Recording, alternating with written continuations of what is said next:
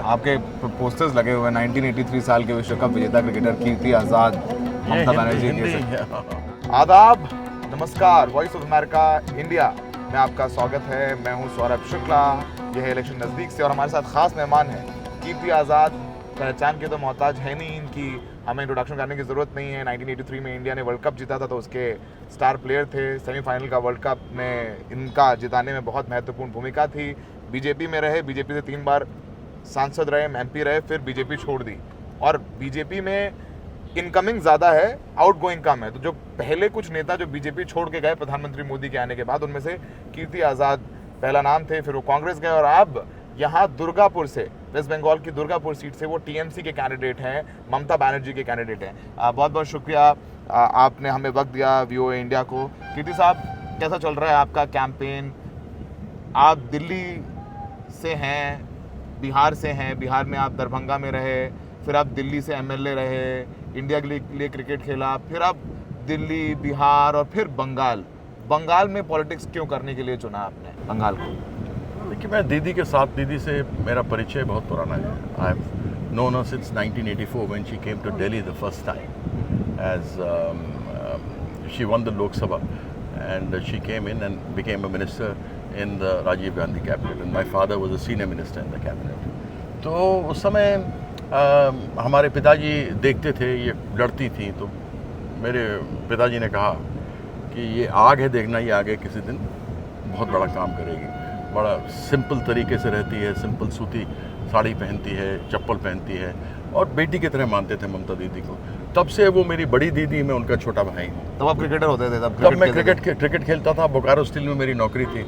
तो दीदी ने जब 90s में फिर आई अटल बिहारी वाजपेयी जी की सरकार में, तो उन्होंने हमसे कहा कि तुम आओ बंगाल में लड़ो, हम वहाँ पर है, तुम बहुत अच्छा कर सकते हो ये। तो तब हम नहीं आए।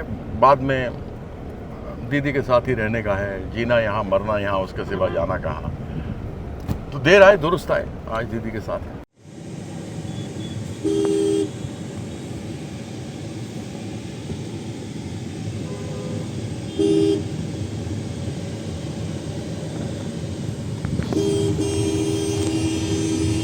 बंगाली आती है आपको? मैथिली में आपको सुना है मैंने, मैथिली में तो आपके भाषण सुने दरभंगा में 2014 में।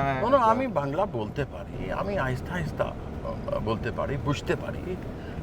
আমি এক মাসে খুব ভালো বাংলা বলবো।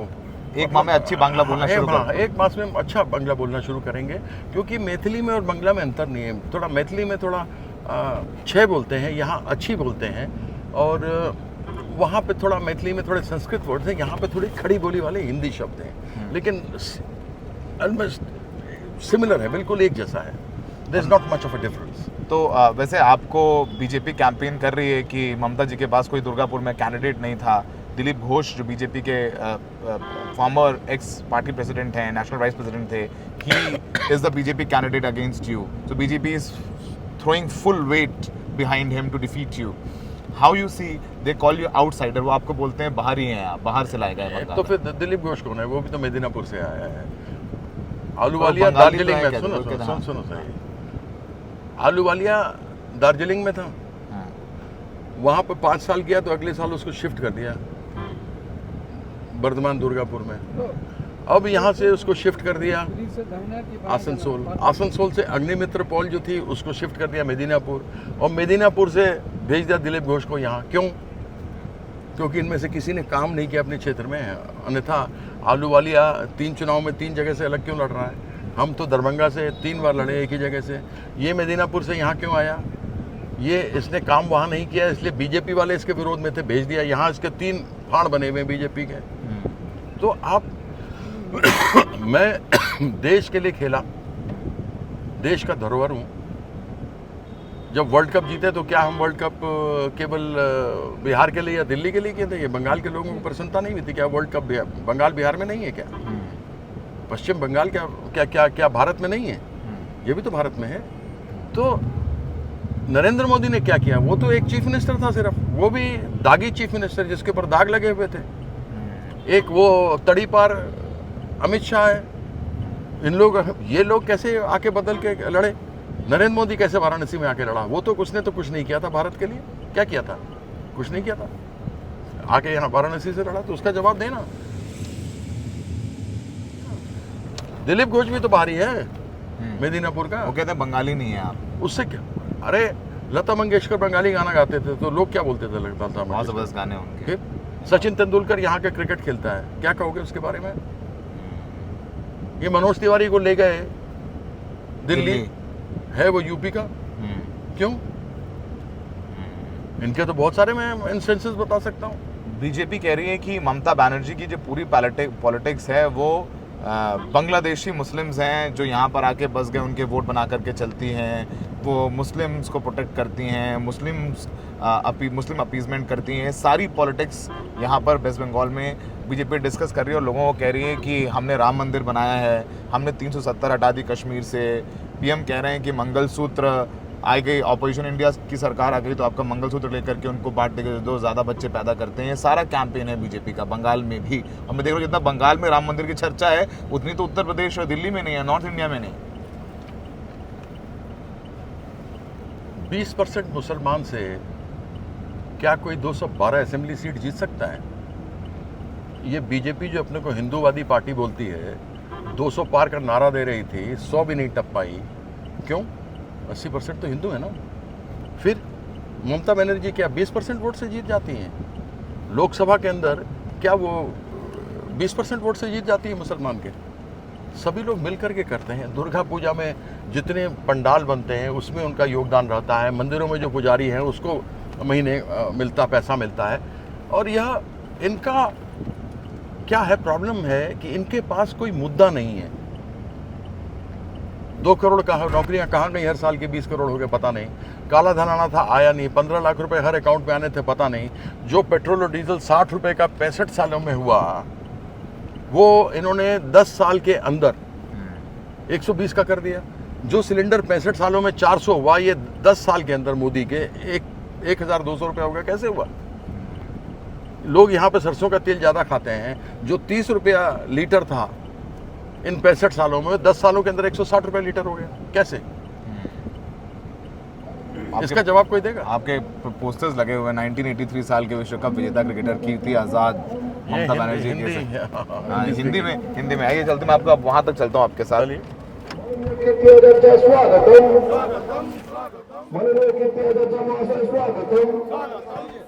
चलो कीर्ति आजाद के साथ उनके कैंपेन ट्रेल है, वो यहाँ पर पहुंचे। अरे हो गया, best of luck, thank you.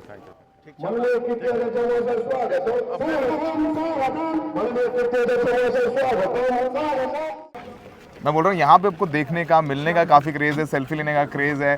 तो क्रिकेटर कीर्ति झा है, वो लोगों के जहन में अभी भी उतना ही इंपॉर्टेंट है। 1983 वर्ल्ड कप कोई नहीं भूला। मुझे लगता है कि मैं तो, हमारे से लोग तो पैदा भी नहीं हुए थे, बहुत सारे लोग पैदा नहीं हुए, लेकिन अभी भी इंडिया की वो ग्लोरी सबको याद करके आप अभी भी यहाँ पर स्टार हैं।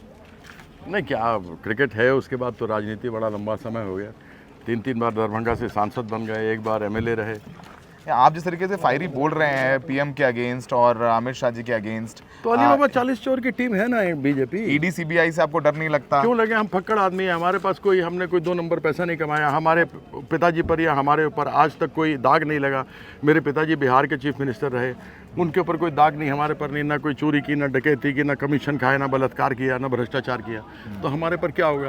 किराए का घर में रहते हैं दिल्ली में, एक हमारे पास अपना घर दरभंगा में है, एक मकान है पटना में जहाँ से हमको किराया आता है, उसमें हम रहते हैं। हम खुश हैं, प्रसन्न हैं।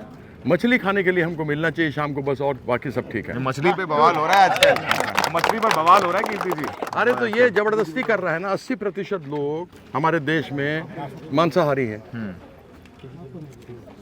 अब अगर ये मांसाहारी नहीं तो हम क्या करें? सप्तमी अष्टमी के दिन बलि चढ़ती है माँ काली को, जब दुर्गा पूजा होता है, तो आप जाइए कभी भी, उसको प्रसाद के रूप में, वो लोग भी जो पूरे साल भर तक शाकाहारी हैं, वह भी प्रसाद के रूप में उस दिन उसको ग्रहण करते हैं। सिर्फ ये है कि उसमें लहसुन प्याज नहीं होना चाहिए, बस खत्म हो गई बात। इसमें क्या है? ये तो जबरदस्ती कर रहे हैं। बोलते हैं भगवा हमारा रंग है। हमारा सनातन धर्म का केवल भगवा रंग नहीं है। सोमवार शिव जी का दिन है, सफेद चंदन। मंगल हनुमान जी का दिन है तो लाल। बुद्ध प्रकृति है इसलिए हरा। बृहस्पति गुरु है, ज्ञान है इसलिए पीला। शुक्राचार्य राक्षसों के गुरु थे, इसलिए थोड़ा सा राख वाला रंग आ जाता है। और शनि महाराज का क्या होता? शनि महाराज को बोलिए नीला। नीला या काला। और सूर्य का क्या है? येलो। येलो नहीं, है, ना लाल ना भी ना है। ना, खाकी। खाकी ओ। ओ सतरंगा है वो। तो ये हमारा सनातन धर्म है। अब हमको ये बताइए कि हमारी माँ, बहन, बेटी जो सुहागिन है वह अपने माथे पे लाल सिंदूर लगाती है, तो क्या उसको भगवा कर दें? जो टीका माँ काली का मिलता है वो लाल मिलता है, उसको भगवा कर दें? क्या माँ भवानी का या फिर जब कभी हम हवन करते हैं उसका टीका लगता है तो वो काला है, तो क्या उसको हम भगवा कर दें? हनुमान जी को भगवा रंग कर दें? शिव जी के सफ़ेद चंदन को भगवा कर दें? क्या करें? यह गलत चीज़ सिखाते हैं। ये श्री राम बोलते हैं, इनको मालूम नहीं कि जितनी भी मेरी सुहागिन माँ, बहन, बेटी हैं वो सब सीता हैं। सीता माँ ने त्याग किया, ये लोग भी त्याग करती है। माँ घर में बच्चा भूखा सो जाएगा, माँ भूखा सो जाएगी लेकिन बच्चा को भूखा सोने नहीं देती है। तो ये लोग नहीं करते हैं, ये लोग श्री राम श्री राम श्री राम। अरे जय सिया राम। जैसे हर भगवान के पहले देवी माँ का नाम आता है, गौरी शंकर, लक्ष्मी नारायण, सीताराम भी बोलते हैं। राधा कृष्ण, वैसे ही सीता राम। सीता को थोड़ा ना जाना था 14 साल वनवास, राम को जाना था, लेकिन गई। क्यों गई? उन्होंने कहा हमने 7 फेरा अग्नि के इर्द लिया है सुख दुख में साथ रहने का। कहा कि नहीं कहा? बिल्कुल। कहा कि नहीं कहा? कहा ना। और उसके बाद बोली मेरे पति मेरे परमेश्वर है, साथ चली गई। अपहरण हुआ, वापस आई, उनका अग्नि परीक्षा हुआ। अग्नि परीक्षा होने के बाद वो उनको देश निकाला, फिर भी हो गया पास होने के बाद। छोटा बच्चा 2 लवकुश को लेकर के गई, भूखा सोती थी, बच्चे को नहीं सोने देती थी। वो है ये माँ। ये सब सीता का रूप है, इनका अपमान करता है। सीताराम क्यों नहीं बोलता है? आखिरी सवाल आपसे, how confident are you from this? I am very confident, there is no problem at all. I think everybody they have done a superb job. The कर्मीज of Mamata Didi are fantastic. Trinamool का बहुत अच्छा ग्राउंड बेस तक, grass root तक, level तक है इनका work. और आपको एक बात बताते हैं, अकेले ममता दीदी महिषासुर मर्दनी है, इतने सारे महिषासुर और भस्मासुर आते रहते हैं, उन सबों को वापस भेजती रहती है। ये खेला होबे, खेला होबे, खेला होबे। Thank you, thank you. तो कीर्ति आजाद को आपने सुना, वो कैसे बहुत तीखे लफ्जों में आइए, नरेंद्र उज्ज्वलदा मोदी की बताइए। आलोचना करते हुए नजर आए। अब वो देखना होगा कि उनकी ये फियरी स्पीचेस, उनके फियरी बयान कितने काम होते हैं, काम आते हैं, कितना कारगर साबित होते हैं। पश्चिम बंगाल में वो पहली बार पॉलिटिक्स करने आए हैं, पहले वो दिल्ली में पॉलिटिक्स कर चुके हैं, मिले रहे हैं दिल्ली से कांग्रेस के, फिर वो बीजेपी गए, बीजेपी से 3 बार माइक क्यों रखा है? MP रहे और फिर उन्होंने छोड़ दिया बीजेपी को, और अब वो अपनी पॉलिटिकल इनिंग्स टीएमसी के साथ शुरू करके यहाँ पश्चिम बंगाल के दुर्गापुर चुनाव लड़ रहे हैं। बोड़ का गाछ, बोड़ का गाछ।